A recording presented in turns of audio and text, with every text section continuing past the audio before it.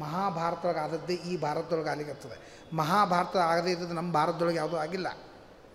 ದುರ್ಯೋಧನಾದಿಗಳ ಶ್ರಾದ್ದವನ್ನು ಅವರಪ್ಪ ಮಾಡಿದ ಧೃತರಾಷ್ಟ್ರ. ಆದರೆ ಪಾಂಡುರಾಜನ ಶ್ರಾದ್ದವನ್ನು ಪಾಂಡವರು ಮಾಡಿದರು. ಎರಡೂ ದೃಷ್ಟಾಂತ ಅಲ್ಲೇ ಅವ.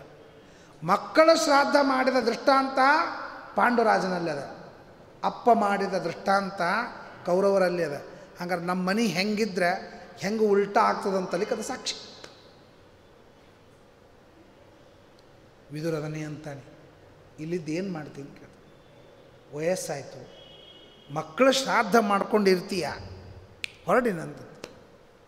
ವಿದುರ ಹೇಳ್ದ, ನೋಡು, ಕೆಮ್ಮು ಬಂದರೆ ಅದಕ್ಕೊಂದು ಔಷಧದ, ಕೆಮ್ಮು ಕಡಿಮೆ ಆಗಲಿಕ್ಕೆ. ಜ್ವರ ಬಂದರೆ ಕಡಿಮೆ ಆಗಲಿಕ್ಕಂತ ಒಂದು ಔಷಧದ. ಆದರೆ ಮರಣ ಬಂದರೆ ಅದನ್ನು ಪರಿಹಾರ ಮಾಡಲಿಕ್ಕಾಗಿ ಔಷಧ ಇಲ್ಲ ಅಂತ. ಔಷಧರಹಿತವಾದಂತಹ ದೊಡ್ಡ ರೋಗ ಅಂದರೆ ಮರಣ ಅಂತಂತ. ಅದು ನಿನಗೆ ಬರ್ತಾ ಇದೆ. ಮೂಗು ಕೆಂಪಾಗ್ತದೆ, ಮೂಗು ಕಟ್ತದೆ, ಇವನಿಗೆ ನೆಗಡಿ ಬರ್ತದೆ ಅಂತ ಅರ್ಥ. ಉಗುಳು ನುಂಗ್ಲಿಕ್ಕೆ ತ್ರಾಸ ಆಗ್ತದೆ, ಹಂಗಾರೆ ಜ್ವರ ಬರ್ತಾವಂತ ಅರ್ಥ. ಅದರ ಮೊದಲೇ ಸೂಚನೆಗಳಿರ್ತಾವಲ್ಲ, ಹಂಗೆ ಬಿಳಿ ಕೂದಲಾಯಿತು, ಹಲ್ಲಿನ ಸೆಟ್ ಹೋಗ್ಬಿಟ್ಟು, ಕಿವಿ ಕೇಳ್ಸಂಗಿಲ್ಲ. ಮೊದಲ 5 ಮಿನಿಟ್ನ ಮಟ್ಟಕ್ಕೆ ಬರ್ತಿದ್ದ, ಈಗ 50 ಮಿನಿಟ್ ತೊಗೋತಾನೆ. ಇವೆಲ್ಲ ಮರಣ, ಇನ್ನು ಮುಂದೆ ಮರಣ ಬರ್ತದೆ. ಮರಣ ಅಂತನ್ನೋ ರೋಗ ಬರುವ ಮೊದಲಿನ ಸೂಚನೆಗಳಿವೆಲ್ಲ. ನನಗೆ ನೆಗಡಿ ಕೆಮ್ಮ ಬರ್ತದೆ ಅಂತ ಗೊತ್ತಿದ್ದರೂ ಮತ್ತು ಅವನು ಬೋಂಡ ಬುರುಬುರಿ ಮಿರ್ಚಿ ಬಜಿ ತಿಂತಾನೆ ಅಂತಂದರೆ ಅವನು ಎಷ್ಟು ಮೂರ್ಖನೋ ಅಷ್ಟು ನನಗೆ ಮರಣ ಬರ್ತಾ ಇದೆ ಅಂತ ಗೊತ್ತಾದರೂ ಕೂಡ ಮತ್ತು ಮಕ್ಕಳು ಮೊಮ್ಮಕ್ಕಳು ಅಂತನೋ ವ್ಯಾಮೋಹವನ್ನು ಮಾಡ್ತಾನೆ ಅಂತಂದರೆ ಅವನಿಗೆ ಇವನು ಮೂರ್ಖನಾಗ್ತಾನೆ. ಅದಕ್ಕೆ ಒಂದು ಬ್ರಾಹ್ಮಣರನ್ನು ಮುಂದೆ ಇಟ್ಟುಕೊಂಡು ದಯಮಾಡಿ ಯಾವ ಹೋಟೆಲ್ಗೂ ಎಂಗೇಜ್ಮೆಂಟ್ ಮಾಡಬೇಡಿ, ದೊಡ್ಡ ಸ್ಥಳಕ್ಕೆ ತೋರಿಸ್ಬೇಡಿ. ಶುದ್ಧವಾದ ಪ್ರದೇಶದೊಳಗೆ, ಶುದ್ಧವಾದ ಸ್ಥಾನದೊಳಗೆ, ಉತ್ತಮವಾದ ಮಂತ್ರಗಳಿಂದ, ಪವಿತ್ರರಾದ ಬ್ರಾಹ್ಮಣರ ಕಡೆಯಿಂದ ಅವ್ರಿಗೆ ನೀವೇನಾದರೂ ಆಶೀರ್ವಾದ ಮಾಡಿಸಿದ್ರಿ ಅಂತಂದರೆ ನೀವು ಕಣ್ಣೀರಿಡೋ ಕಾರಣ ಇಲ್ಲ, ಆನಂದ ಬಾಷ್ಪಗಳನ್ನು ಸುರಿಸ್ತೀರಾ. ಇವತ್ತು ಕಣ್ಣೀರಿಡೋದು ಗ್ಯಾರಂಟಿ ಇದೆ. ಬಿಸಿನೀರು ಬರ್ತಾವೆ ಕಣ್ಣಿಂದ, ತಣ್ಣೀರು ಬರಬೇಕು, ಆನಂದದಿಂದ ನೀರು ಬರಬೇಕು ಕಣ್ಣೀರು. ಅದಕ್ಕೆ ನಾವು ಅದಕ್ಕೆ ಇನ್ವಾಲ್ವ್ ಆಗ್ಲಿಕ್ಕತ್ತೀವಿ. ಅವ್ರು ಏನು ಮಾಡ್ತಾರೆ ಅದಕ್ಕೆ ನಾವು ಇನ್ವಾಲ್ವ್ ಆಗ್ಲಿಕ್ಕತ್ತೀವಿ. ಸಿನಿಮಾ ಹಚ್ಚೋದು, ಕುಣಿಯೋದು, ಮದುವೆ ವೇಳಕ್ಕೆ ಮಂಗಳಸೂತ್ರ ಕಟ್ತಿರ್ತಾನೆ, ವಿಧವಾ ಹಾಡು ನಡೆದಿರ್ತದೆ. ಏನೇನು ಆ ಹಾಡಿನ ಅರ್ಥದಾಗ ಯಾರೂ ವಿಚಾರ ಮಾಡ, ಮ್ಯೂಸಿಕ್ಕು, ಕುಣಿಲಿಕ್ಕೆ ಮ್ಯೂಸಿಕ್ ಬೇಕು. ಹಾಡು ಏನು ಹೇಳಲಿಕ್ಕತ್ತದೆ? ಬ್ರಾಹ್ಮಣರ ಆಶೀರ್ವಾದ ಕೇಳಿಸಂಗಿಲ್ಲ ಅವರಿಗೆ, ಹಾಡಿನ ಆಶೀರ್ವಾದ ಕೇಳಿಸ್ತಿರ್ತದೆ. ನಾನು ನಿನಗೋಸ್ಕರವಾಗಿ ಪರ್ವತದಿಂದ ಬಿದ್ದು ಸಾಯ್ತೀನಿ, ಮದುವೆ ವೇಳಕ್ಕೆ ಹೇಳೋದ ಹಾಡಿನೊಳಗೆ. ಒಂದು ಹಿಂದಿ ಹಾಡು ಹಚ್ಚಿದ್ರು ಯಾರೋ, ಸಹಜ ನನಗೆ ಕೇಳಿದ್ರೆ ಹಿಂದಿ ಅರ್ಥ ಆಗ್ತದೆ. ನಾನು ನಿನಗೋಸ್ಕರವಾಗಿ ಪರ್ವತದಿಂದ ಬಿದ್ದು ಸಾಯ್ತೀನಿ, ಅವ ಮಂಗಳಸೂತ್ರ ಕಟ್ಲಿಕ್ಕತ್ತಾನ, ಅವ ಬ್ರಾಹ್ಮಣ ಮಾಂಗಲ್ಯಂ ತಂತು ನಾನು ಹೇಳಕತ್ತಾನ, ಕೇಳಿಸೇ ಹೊಲ್ತೆಗೆ. ನಾನು ಯಾಕಿದನ್ನು ಹೇಳ್ತಾ ಇದ್ದೀನಿ ಅಂತಂದರೆ, ರಾಮಚಂದ್ರ ದೇವರು ಮಾಡಿ ತೋರಿಸ್ತಾರೆ. ಗುರುಕುಲ ಪದ್ಧತಿ, ಸಂಸ್ಕಾರಗಳು ಇದು ಮೊದಲು ಬೇಕು. ಸಂಸಾರಕ್ಕೆ ಕಾಲಿಡೋಕ್ಕಿಂತ ಮೊದಲೇಕ್ಕೆ ಸಂಸ್ಕಾರವನ್ನು ಕೈಯಲ್ಲಿ ಹಿಡ್ಕೊಂಡು, ಕೈಯಲ್ಲಿ ದುಡ್ಡು ಹಿಡ್ಕೊಂಡು ಮಾರ್ಕೆಟ್ ಮಾಡ್ಲಿಕ್ಕೆ ಹೋರಿ. ನೀವು ಬಿಗ್ ಬಜಾರ್ಗೆ ಹೋರಿ, ವಿಶಾಲ ಮಾರ್ಕೆಟ್, ಕೈಯಲ್ಲಿ ದುಡ್ಡಿಲ್ಲ ಅಂದ್ರೆ ಏನು ಮಾಡ್ಲಿಕ್ಕೆ ಆಗೋದಿಲ್ಲ. ಹಂಗೆ ದೊಡ್ಡ ಸಂಸಾರದಲ್ಲಿ ಕುರುಡು ನಾಯಿ ಸಂತೆಗೆ ಬಂತಂತೆ ಅಂತ, ಈ ಸಂಸಾರಕ್ಕೆ ಸಂತಿ ಅಂತ ಕರೆದಾರೆ. ಹಂಗೆ ನೀವು ಸಂತಿಗೆ ಹೋಗಬೇಕಾದ್ರೆ ಬರೀ ಕೈಲಿ ಹೋದರೆ ಬರೀ ಒಂದು ರೌಂಡ್ ಹಾಕೊಂಬರ್ಬೇಕಾಗ್ತದೆ, ಸಂತಿ ಹೆಂಗದ ಅಂತೇಳಿ. ಆದರೆ ನೀವು ಅಲ್ಲಿ ಏನಾದರೂ ಖರೀದಿ ಮಾಡಬೇಕಾಗಿತ್ತು, ಹೊಟ್ಟೆ ತುಂಬ ಊಟ ಮಾಡಬೇಕಾಗಿತ್ತು ಅಂದರೆ ಕೈಯಲ್ಲಿ ದುಡ್ಡು ಇಟ್ಕೊಂಡು ಹೋಗಬೇಕಾಗ್ತದೆ. ಅದಕ್ಕೆ ಮೊದಲು ನಾವೇನು ಗುರುಕುಲದಲ್ಲಿ ಇರ್ತೀವಿ ಅದು ದುಡ್ಡು ಸಂಪಾದನೆ, ಸಂಸಾರ ಏನು ಮಾಡ್ತೀವಿ ಅದು ಸಂತಿ ಮಾಡ್ದಂಗೆ, ಸಮೃದ್ಧವಾಗಿ ಸಂತಿ ಮಾಡಿದಂತೆ ಆಗ್ತದೆ. ಅದಕ್ಕಾಗಿ ಅವನು ಅದರ ನಂತರ ಅವನು ಹೋಗೋದು ಸಂಸಾರ. ಬುದ್ಧಿಂತು ಪ್ರಮದಂಬಿದ್ದಿ. ಇನ್ನೊಂದು ಮಾತು ಹೇಳ್ತೇನೆ, ಮುಂದಿನ ನಾಳೆ ಹೇಳ್ತೇನೆ. ಬುದ್ಧಿಂತು ಪ್ರಮದಂಬಿದ್ದಿ ಅಂತಂತ ಆಧ್ಯಾತ್ಮಿಕ ಅರ್ಥದೊಳಗೆ ಜೀವ ಗಂಡ, ಬುದ್ಧಿ ಹೆಂಡತಿ. ಭಾಗವತದ ಪುರಂಜನೋಪಾಖ್ಯಾನದ ಕಾನ್ಸೆಪ್ಟು. ಇಡೀ ಭಾಗವತದೊಳಗೆ ಆಧ್ಯಾತ್ಮಿಕ ಅರ್ಥ ಇಟ್ಟುಕೊಂಡಿದ್ದೇನು ಅಂದರೆ ಬುದ್ಧಿ ಹೆಂಡತಿ, ಜೀವ ಗಂಡ. ನಿಮಗೆಲ್ಲ ನಾ ಇದನ್ನು ಯಾಕೆ ತಿದ್ದಿ ಹೇಳಿಕತ್ತೀನಿ ಅಂತಂದ್ರೆ, ಹೆಂಡತಿ ಹೇಳ್ದಂಗೆ ಗಂಡ ಕೇಳುತ್ತಾನೆ, ಬುದ್ಧಿ ಏನು ಹೇಳುತ್ತದೋ ಅದನ್ನು ಜೀವ ಕೇಳ್ತಾರೆ. ಬುದ್ಧಿ ಹೇಳೋದು ಬಿಡ್ತು ಅಂದರೆ ಜೀವ ತಟಸ್ಥ ಇರ್ತಾರೆ. ನಾಳೆ ಪುರಾಣಕ್ಕೆ ಹೋಗಬೇಕು, ಒಂದು ಮಾತು ಕೇಳ್ಕೊಂಡೆ ಹೇಳ್ತೀನಿ ರೀ ನಿಮಗೆ, ಅಲ್ಲಿ ತನಕ ಏನು ಹೂ ಅನ್ನೋಂಗಿಲ್ಲ. ಅಲ್ಲ ಊಟಕ್ಕೆ ಕೇಳ್ರಿ, ಹೇಳಿದೆ ಒಂದು ಮಾತು ನಮ್ಮ ಮನೆಯವ್ರಿಗೆ ಕೇಳ್ತೀನಿ ಆಮೇಲೆ ಹೇಳ್ತೀನಿ. ಅವ್ರ ಮನೆಯವ್ರು ಸುಮ್ಮ ಕೊಡ್ತಾರೆ, ನನ್ನ ಬಿಟ್ಟು ಅಲ್ಲೇನು ಊಟ ಮಾಡ್ತಿ, ಮನೆಯೊಳಗೆ ಬಕ್ರಿ ಮಾಡೀನಿ, ಯಾರು ತಲೆ ಕಟ್ಟಬೇಕು, ಸೀದಾ ಮನೆ ಬಂದು ತಿನ್ನು ಅಂತಂತಾರೆ. ಬುದ್ಧಿಂತೂ ಪ್ರಮದಾಮಿದ್ದು. ಕೆಲವು ವಿಷಯದೊಳಗೆ ಹೆಂಡತಿ ಕೇಳಬಾರ್ದು, ಕೆಲವು ವಿಷಯದೊಳಗೆ ಕೇಳಲೇಬೇಕು, ಅವಳನ್ನು ದೂರ ಮಾಡಬಾರ್ದು. ಆದ್ದರಿಂದ ಯಾವುದು ಒಳ್ಳೆಯದೋ ಅವಶ್ಯವಾಗಿ ಮಾಡಬೇಕು. ಅವಶ್ಯವಾಗಿ ಹೆಂಡತಿ, ರುದ್ರದೇವರ ಹೆಂಡತಿ ಮಾತು ಕೇಳ್ತಾರೆ. ಹಾಲ ವಿಷ ಕುಡಿ ಮುಂದಾಗ ಡೈರೆಕ್ಟ್ ಕುಡಿದಿಲ್ಲ, ಪಾರ್ವತಿ ಕೇಳ್ತಾರೆ ಹಾಲ ವಿಷ ಕುಡೀರಿ ಅನ್ನೋ. ಮೊದಲೇ ಹೆಣ್ತಕ್ಕಿ ಹಾಲಾಗ ವಿಷ ಅದ ಕುಡೀರಿ ಅಂತ ಹೇಳೋದಕ್ಕಿ. ಗಂಡಗೆ ವಿಷ ಕುಡ್ಲಿಕ್ಕೆ ಹೇಳಿದೆ ಮೊದಲೇ ಹೆಣ್ತಿ ಅಂದ್ರೆ ಪಾರ್ವತಿ. ಯಾಕೆ ನಿಮಗೂ ಅನ್ನಿಸ್ತದೆ ಅಂದ್ರೆ ನಾವು ಪಾರ್ವತಿ ವಿಚಾರ ಮಾಡೋಣೇನು ಅಂತ ಅನ್ನಿಸ್ತದೆ. ಆದರೆ ಪಾರ್ವತಿ ವಿಚಾರ ನೀವು ಮಾಡಬೇಡ್ರಿ. ನಿಮ್ಮ ಗಂಡ ವಿಷ ಕುಡಿದ್ರೂ ಸುರಕ್ಷಿತ ಇರ್ತಾನಂತ ಗ್ಯಾರಂಟಿ ಇದ್ರೆ ಮಾಡ್ಲಿಕ್ಕೆ ಅಡ್ಡಿಯಿಲ್ಲ. ಅದಕ್ಕೊಂದು ಬಿಸ್ಕಿಟ್ ತಿಂದ್ರೆ ಡಿಸೆಂಟ್ರಿ ಹತ್ತದ ನಿಮ್ಮ ಗಂಡಗೆ, ವಿಷ ತಡೀತದೆ. ಅದು ವಿಷ ತಿನ್ನೋ ಸಾಮರ್ಥ್ಯದ ಅದಕ್ಕೆ ಇಲ್ಲ. ಅಂತಹ ಪಾರ್ವತಿ ಹೆಂಡತಿ ಮಾತು ಕೇಳಲೇಬೇಕು. ಅವಶ್ಯವಾಗಿ ನೀವಿಬ್ಬರು ವಿಚಾರ ಮಾಡಲೇಬೇಕು. ಶಾಸ್ತ್ರದೊಳಗೆ ಅವಶ್ಯವಾಗಿ ಹೇಳ್ತಾರೆ. ಬಟ್ ಧರ್ಮಾವಿರುದ್ಧ ಕಾಮೋಸ್ಮಿ, ಧರ್ಮಕ್ಕೆ ಅವಿರುದ್ಧವಾಗಿ ನೀವು ಮಾತನ್ನು ಕೇಳ್ರಿ ಅಂತ ಹೇಳ್ತಾರೆ. ಆದ್ದರಿಂದ ಗುರುಗಳ ಇದರಿಂದ ಹೋಗ್ತಾ ಇರುವ ಗುರುಗಳ ಆಶೀರ್ವಾದ ಅದನ್ನು ಪುರಂದಾಸವನ್ನು ಕಂಡರು. ಅತ್ತೆ ಮಾವ ಗಂಜಿಕೊಂಡು ನಡೆಯಬೇಕಮ್ಮ ಮಗಳೇ, ಚಿತ್ತದ ಲವನಕ್ಕರೆಯನ್ನು ಪಡೆಯಬೇಕಮ್ಮ. ಹೊತ್ತಿಗೆ ಮನೆಯ ಕೆಲಸ ಮಾಡಬೇಕಮ್ಮ ಮಗಳೇ, 10 ಮಂದಿ ಒಪ್ಪುವ ಹಾಗೆ ನಡೆಯಬೇಕಮ್ಮ. ಬುದ್ಧಿ ಮಾತು ಹೇಳಿದರೆ ಕೇಳಬೇಕಮ್ಮ ಮಗಳೇ, ಮನಶುದ್ಧಳಾಗಿ ಗಂಡನೊಡನೆ ಬಾಳಬೇಕಮ್ಮ. ಹೀಗೆ ತಂಗಿಗೆ ಹೇಳಿದ ಮಾತಿದು ಅಂತ ಕೃಷ್ಣ ತಂಗಿ ಅವೆಲ್ಲ ವೇದ ಮಂತ್ರಗಳಲ್ಲಿ ಹೇಳಿದಂತಹ ಒಳ್ಳೊಳ್ಳೆ ಮಾತುಗಳನ್ನು ಕನ್ನಡದಲ್ಲಿ ತಂದು ನಮಗೆ ದಾಸಾಹಿತ್ಯರು ಕೊಟ್ಟಿದ್ದಾರೆ. ಆ ರೀತಿಯಾಗಿ ದಯಮಾಡಿ ಇಂಥವೆಲ್ಲ ಹಾಡಾಡ್ಬೇಕು. ಆ ವೆಳ್ಳಕ್ಕೆ ಹುಡುಗಿನ ಕಳಿಸು ಮುಂದಾಗ ಬುದ್ಧಿ ಮಾತು ಹೇಳಿದರೆ ಕೇಳಬೇಕಮ್ಮ ಅಂತ ಹಿಂಗೆ ಹೇಳ್ಕೋತ ಹೋಗ್ಬೇಕು. ದಾಸರ ಹಾಡಾಡ್ಬೇಕು. ರುಕೋತಕ್ಕೆ ಹಾಡಾಡ್ಲಿಕ್ಕೆ ಹಚ್ಚಿರ್ತಾರಲ್ಲ ನಿಮಗೆ, ರುಕೋತ್ ನಡೆದ್ರೆ ಹಾಡ್ರಿ ಅಂತ ಇಂಥವು ಹಾಡ್ರಿ. ಬುದ್ಧಿ ಮಾತು ಹೇಳಿದರೆ ಅಲ್ಲಿ ಕೇಳ್ತಿರ್ತಾಳಕ್ಕಿ, ನೀವೇನು ಹೇಳ್ತೀರಿ ಕೇಳ್ತಿರ್ತಾರ ಮದುವೆ ಆಗೋ ತನಕ.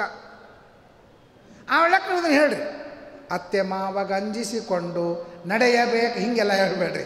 ಅತ್ತೆ ಮಾವ ಗಂಜಿಕೊಂಡು ನಡೆಯಬೇಕಮ್ಮ, ಅದು ಮನೆ ಹಿರಿಯರ ಮಾತನ್ನು ಕೇಳಬೇಕು ಇತ್ಯಾದಿ ಭಾಳ ಸುಂದರವಾದಂಥ ಮಾತುಗಳು ಇವೆ. ಆ ರೀತಿಯಾಗಿರಬೇಕು ಅಂತ ಹೇಳ್ತಾ ಬುದ್ಧಿಂತು ಪ್ರಮದ ದಶರಥ ಜೀವ 10 ಬುದ್ಧಿ ಶರೀರಂ ರಥಮೇವಚ, ಈ ಶರೀರ ರಥ. ಇಂದ್ರಿಯಾಣಿ ಹಯಾನಾಹು, ಈ ಶರೀರವೆಂಬ ರಥಕ್ಕೆ ಇಂದ್ರಿಯಗಳು ಕುದುರೆಗಳು. ಮನಃಪ್ರಗ್ರಹಮೇವಚ, ಮನಸ್ಸು ಹಗ್ಗ. ಬುದ್ಧಿಂತು ಸಾರಥಿಂಬಿದ್ದಿ, ಬುದ್ಧಿಯೇ ಸಾರಥಿ. ಶರೀರ ರಥ, ಇಂದ್ರಿಯಗಳು ಕುದುರೆಗಳು, ಮನಸ್ಸು ಹಗ್ಗ, ಬುದ್ಧಿ ಸಾರಥಿ. ಜೀವ ಒಳಗೆ ಕೂತ್ಕೊಂಡು ಪ್ರಯಾಣ ಮಾಡ್ತಾ ಇದ್ದಾನೆ. ಸಾರಥಿ ಯಾವ ಕಡೆಗೆ ಹೋಗ್ತಾನೋ ಅವನು ಯಾವ ಕಡೆಗೆ ಹೊಡಿತಾನೋ ಆ ಕಡೆ ಕುದುರೆಗಳು ಹೋಗ್ತಿರ್ತವೆ. ಇಂದ್ರಿಯಗಳು ಹೋದಲ್ಲಿ ಇಂದ್ರಿಯಗಳು ಹೋಗ್ತಿರ್ತವೆ. ಆ ಇಂದ್ರಿಯಗಳು ಮನಸ್ಸು ಎಲ್ಲಿ ಹೇಳ್ತದೋ ಅಲ್ಲಿ ಹೇಳ್ತಾರೆ. ಆ ಮನಸ್ಸು ಬುದ್ಧಿ ಹೇಳ್ದಲ್ಲಿ ಹೋಗ್ತದೆ. ಮನಸ್ಸು ಪ್ರಗ್ರಹ, ಬುದ್ಧಿ ಸಾರಥಿ. ಅದಕ್ಕೆ ಬುದ್ಧಿಂತು ಸಾರಥಿಂಬಿದ್ದಿ ಅಂದರೆ ದಶರಥ. ಈ ದೇಹಕ್ಕೇನು ಹೆಸರು? ದಶರಥ. 10 ಇಂದ್ರಿಯಗಳಿಂದ ಕೂಡಿದ ರಥ. ಶರೀರಂ ರಥಮೇವಚ, ಈ ಶರೀರವೆಂಬ ರಥ ಏನಾಗಿದೆ? 10 ಕುದುರೆಗಳಿಂದ ಕೂಡಿದೆ ದಶರಥ. ಈ ದಶರಥನಿಗೆ 3 ಮಂದಿ ಹೆಂಡಂದರು, ಕೌಸಲ್ಯ, ಸುಮಿತ್ರ, ಕೈಕೇಯಿ. ಹಾಗೆ ಪ್ರತಿಯೊಬ್ಬ ಮನುಷ್ಯನಿಗೆ 3 ತರಹದ ಬುದ್ಧಿ: ಸಾತ್ವಿಕ ಬುದ್ಧಿ, ರಾಜಸ ಬುದ್ಧಿ, ತಾಮಸ ಬುದ್ಧಿ.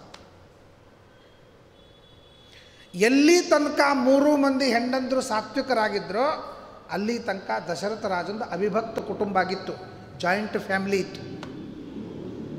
ಯಾವಾಗ ಕೈಕೇಯಿ ಎಳಗ 2 ಕಡೆ ಹೋಯ್ತು, ಒಳಗ ನಿಕೃತಿ ಅಂತ ರಾಕ್ಷಸಿ, ಹೊರಗಡೆ ಮಂಥರ ಅಂತ ರಾಕ್ಷಸಿ. ಒಳಗಡೆಗೆ ಒಂದು, ಹೊರಗಡೆಗೆ ಒಂದು ಸ್ಟಾರ್ಟ್ ಆಯಿತು. ಹಂಗಾರೆ ನಮ್ಮ ಬುದ್ಧಿ ಕೆಡಲಿಕ್ಕೆ ಒಳಗಡೆಗೆ ಒಂದು, ಹೊರಗಡೆಗೆ ಟಿ ವಿ, ಒಳಗಡೆಗೆ ಹೋಟೆಲ್ ಅನ್ನ.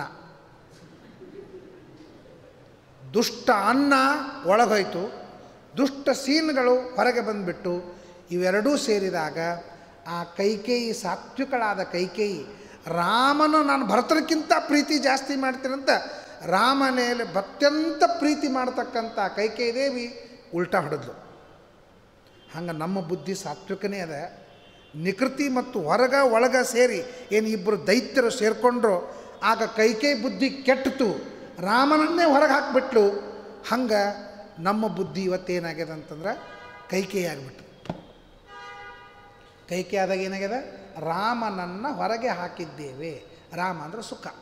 ಯಾರಿಗೂ ಸುಖ ಅದ ಹೇಳ್ರಿ? ದುಡಿತಾನ ಒಂದು ದಿವಸ ಸುಖ ಅದ. ಯಾವಾಗ ರಿಟೈರ್ಡ್ ಆಗ್ತಾನೆ ಅವಾಗ ತಿಲ್ಲಿಗೆ ಬರೋಂಗಿಲ್ಲ. ಯಾವಾಗ ತಿಲ್ಲಿಗೆ ಬರ್ತಿರ್ತದೋ ಅವಾಗ ತಿನ್ನಂಗಿಲ್ಲ. ಬರೇ ಆಫೀಸ್ನವ್ರು ರೊಕ್ಕ ತಿನ್ಕೋತ ಕೂತಿರ್ತಾನೆ, ಅನ್ನ ತಿನ್ನಂಗೇ ಇಲ್ಲ. ಇದು ಜೀವನ. 60 ವರ್ಷ ವಯಸ್ಸು ಹಾಳಾಗೋ ತನಕನೂ ಭೋಗ ಇಲ್ಲ. ಬರೀ ಅವಮಾನ. ಈ ಥರದ್ದು ಇದೇನಾಯಿತು, ನಮಗೆ ಸುಖ ಇಲ್ಲ. ಹೆಂಡತಿ ಸುಖ ಇಲ್ಲ, ಮಕ್ಕಳು ಸುಖ ಇಲ್ಲ.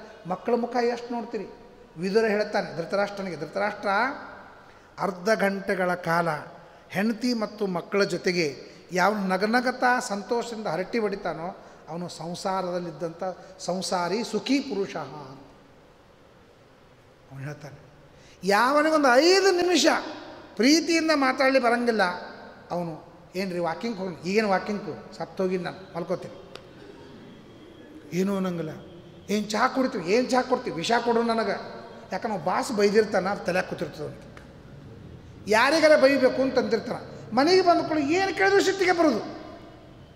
ಅದೇ ಯಾವಾಗ ಹೋಗ್ಬೇಕು ಪೇಪರ್ ಕೊಡ್ಲಿಕ್ಕೆ ಬಂದಂದ್ರೆ ತನ್ನಿ ಇಲ್ಲಿ ತನ್ನಿ ಇಲ್ಲೇ ಕೊಟ್ಬಿಡು, ಎಷ್ಟು ಕೂಲ್ ಆಗ್ತಾನೆ ನೋಡಿ. ಅದೇ ಹೆಣ್ತು ಹೇಳಿಲ್ಲ ಅಂದ್ರೆ ಅಲ್ಲಿ ಬಡಿಯಲ್ಲಿ ಅಂತಂತ. ಯಾಕಂದರೆ ತನ್ನಗೆ ಯಾರು ಅಧೀನಿದ್ದಾರೋ ಇನ್ನೊಬ್ಬರ ಸಿಟ್ಟನ್ನು ಅವ್ರ ಮೇಲೆ ಹಾಕ್ತಾರೆ. ಅದಕ್ಕೆ ಹೆಂಡ್ತಿಗೆ ಹೀಗೆಲ್ಲ ಮಾಡ್ಲಿಕ್ಕೆ ಹೆಂಡ್ತಿ ಅಂತ ತಿಳ್ಕೊಬೇಕು, ನಮ್ಮ ಮನೆಯವ್ರು ನಮ್ಮ ಮೇಲೆ ಭಾಳ ಪ್ರೀತಿ ಮಾಡ್ತಾರೆ ಅಂತ ತಿಳ್ಕೊಬೇಕು. ಯಾಕೆ ಗೊತ್ತದೇನು, ನಾವು ಯಾರ ಮೇಲೆ ಪ್ರೀತಿ ಮಾಡ್ತೀವಿ ಅವ್ರ ಮೇಲೇ ಇದನ್ನೆಲ್ಲ ಮಾಡ್ತೀವಿ. ಹೊರಗಿನ ಬಂದವ್ರಿಗೆ ನಾವು ಏನೂ ಮಾಡ್ಲಿಕ್ಕೆ ಬರೋಂಗಿಲ್ಲ. ಹಂಗೆ ಇನ್ನೊಬ್ರಿಗೆ ನಾವು ಸಾಫ್ಟಾಗಿ ನೋಡ್ಕೊಳ್ಕತ್ತೀವಂದ್ರೆ ಅವ್ರು ಹೊರಗಿನವರು ಅಂತ ಅರ್ಥ. ಸಿಟ್ಟಿನಿಂದ ನೋಡ್ಲಿಕ್ಕತ್ತೀವಂದ್ರೆ ಅವ್ರು ಒಳಗಿನವರು ಅಂತ ಅರ್ಥ. ಇದನ್ನು ಪುರಾಣ ಮುಗಿದ ಮೇಲೆ ಮನೆಯಾಗೆಲ್ಲ ಪ್ರಚಾರದೊಳಗೆ ಮಾಡಿಬಿಡ್ರಿ, ಸರಿ ಹೋಗ್ತದೆ. ಮನೆ ಅಲ್ಲಿ ತನಕ ಸರಿ ಹೋಗೋದಿಲ್ಲ. ಆದ್ದರಿಂದ ಬುದ್ಧಿಂತು ಪ್ರಮದಾಂಬಿದ್ದಿ ಅಂತ ಕೈಕೇಯಿ ಕೆಟ್ಟಲು. ಒಬ್ಬಳ ಬುದ್ಧಿ ತಾಮಸ ಆಯಿತು. ಒಬ್ಬಳ ಬುದ್ಧಿ ಒಂದು ಕ್ಷಣ ಬುದ್ಧಿ ತಾಮಸ ಆಯಿತು. ಅದೇ ಕ್ಷಣದೊಳಗೆ ಒಂದು ದಿವಸ 50, 60, 100, 80,000 ವರ್ಷ ದಶರಥ ರಾಜನಿಗೆ. ಅಚೀತಿ ವರ್ಷ ಸಹಸ್ರಂ ಸಂಪ್ರಾಪ್ತಂ ಮನಭವಾಮಿನಿ. ಅಷ್ಟು ವರ್ಷ ಸಂಸಾರ ಅವಿಭಕ್ತವಾಗಿ ಸುಖವಾಗಿ ಸಂತೋಷದಿಂದ ಇದ್ದಂಥದ್ದು ಒಂದು ದಿವಸದೊಳಗೆ. ನಾವು ಮುಂಬೈಯೊಳಗೆ ಒಂದು ಬಾಸುಂದಿ ಮಾಡಿದ್ದೀವಿ 300 ಮಂದಿಗೆ, ದೊಡ್ಡದು. 3 ದಿವಸ 3 ತಾಸು ಪಾಳಿ ಹಾಕ್ಕೊಂಡು ತಿರುವುದು, ಅದನ್ನು ಕೆಳಗುರಿತು ಹೊತ್ತಬಾರ್ದು ಅಂತ. 3 ದಿವಸ ಆದಮೇಲೆ ಒಬ್ಬ ವಿದ್ಯಾರ್ಥಿ ಬಂದು ಉಪ್ಪು ಹಾಕಿಬಿಟ್ಟ. ಅರ್ಧ ತಾಸದೊಳಗೆ ಎಲ್ಲ ಖಲಾಸ್ ಮುಗಿಬಿಡ್ತು. 3 ದಿವಸ ಕಷ್ಟಪಟ್ಟಂಥ ಬಾಸುಂದಿ ಒಂದೇ ಮಿನಿಟ್ನೊಳಗೆ ಉಪ್ಪು ಹಾಕ್ತಲ್ಲ. ರಾಮಾಯಣ ಹಂಗಾಯಿತು. ಸಾವಿರಾರು ವರ್ಷ ಸುಖವಾಗಿ ಇದ್ದಂಥ ಒಂದು ಅವಿಭಕ್ತ ಕುಟುಂಬ ಮಂತ್ರ ಬಂದು ಒಂದು ಉಪ್ಪು ಹಾಕಿದ್ಲಲ್ಲ, ಕೈಕೇಯಿ ತಲೆಯೊಳಗೊಂದು ಉಪ್ಪು ಹಾಕಿದ್ಲಲ್ಲ, ಒಂದೇ ದಿವಸದೊಳಗೆ ಸಂಪೂರ್ಣ ಅಯೋಧ್ಯ ಅರಣ್ಯ ಆಯಿತು. ಅರಣ್ಯ ಅಯೋಧ್ಯ ಆಯಿತು. ಯತ್ರ ರಾಮ ಸಾ ಅಯೋಧ್ಯ ಅಂತ ಅಯೋಧ್ಯ ಅರಣ್ಯ ಹಾಕೋತು. ಹಂಗೆ ನಮ್ಮ ಮನೆ ಅರಣ್ಯ ಆಗ್ತದೆ. ಯಾವಾಗ ಆಗ್ತದೆ? ಒಂಥರ ಇದ್ದವ್ರ ಮನೆಯಾಗಿದ್ದರು ಅಂತಂದ್ರೆ ಆಗ್ತದೆ. ಸ್ವಲ್ಪ ಕೇರ್ಫುಲ್ಲಾಗಿರಿ. ಯಾರ ಮಾತು ಕೇಳಲಿಕ್ಕೆ ಹೋಗಬಾರ್ದು. ಯಾರಾದರೂ ನಮಗೆ ಇನ್ನೊಬ್ಬರ ಬಗ್ಗೆ ಹೇಳಿದ್ಕೊಂಡೇ ತಕ್ಷಣ ದುಡುಕಬಾರ್ದು. ಇವ್ರು ಕೆಟ್ಟಿದ್ದಾರೆ ಅಂತ ನನಗೆ ಯಾರಾದರೂ ಬಂದು ಹೇಳಿದ್ರೆ ಆಯಿತು ಅಂತ ಒಪ್ಕೊಂಡು ಕಳಿಸ್ಬಿಡ್ರಿ. ಅವ್ರು ಹೇಳಿದ್ದು ಅವರಲ್ಲಿ ಅದನ್ನ ಇಲ್ಲ ಅಂತಲ್ಲಿ ಒಂದೆರಡು ದಿವಸ ಟ್ರೈ ಮಾಡಿ. ಆ ದೃಷ್ಟಿಯಿಂದ ಅವ್ರನ್ನ ನೋಡಿರಿ. ಅವರು ಇದ್ದಾರಾ ಇಲ್ಲ ನಿಮಗೆ ಗೊತ್ತಾಗ್ತದೆ.